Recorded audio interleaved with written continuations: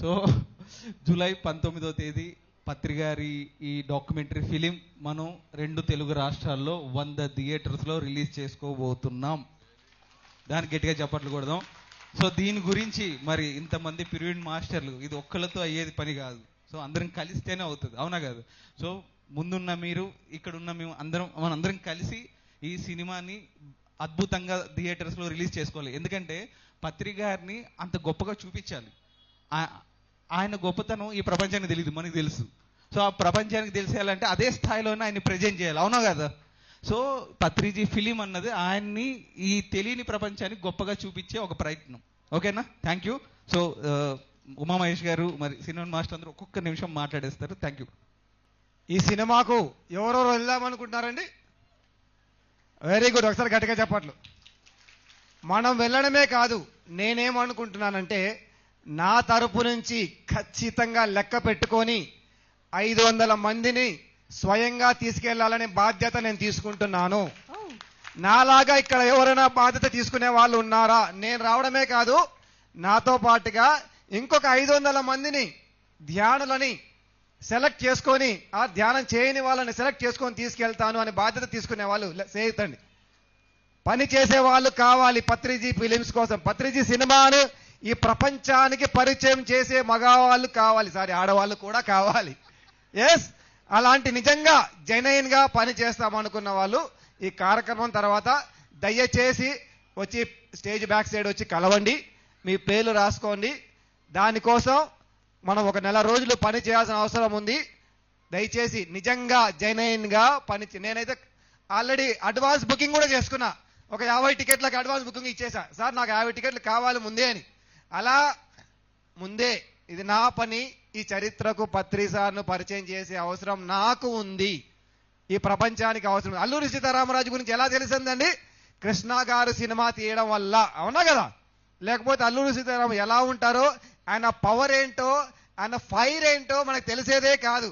అలాంటిది రాబోయే చరిత్రకు పత్రి సార్ గురించి తెలియాలి అంటే మనం అందరం బాధ్యత తీసుకోవాలి.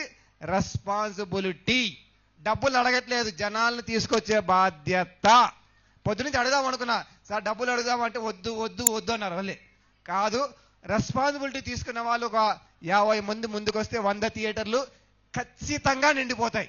100 కాదు 500 నిండుతాయి. నేనైతే 500 అంటున్నా. ఓకే, ఆ తర్వాత దయచేసి ఇందాక చేతులు ఎత్తిన వాళ్ళు మళ్ళొకసారి చేతులు ఎత్తండి. సినిమా చూసే వాళ్ళకి, ఆ సినిమా గురించి బాధ్యత తీసుకునే వాళ్ళు 50 మందిని నేను మినిమం తీసుకొస్తాననే వాళ్ళు ప్లీజ్ ఆ తర్వాత ప్రోగ్రాం తర్వాత వెనకాల మమ్మల్ని కలవాలి. Okay, thank you very much. Theatre దాకా జనాలు మీరు తీసుకురండి, థియేటర్లో వాళ్ళని ఇంప్రెస్ చేసే బాధ్యత నాది.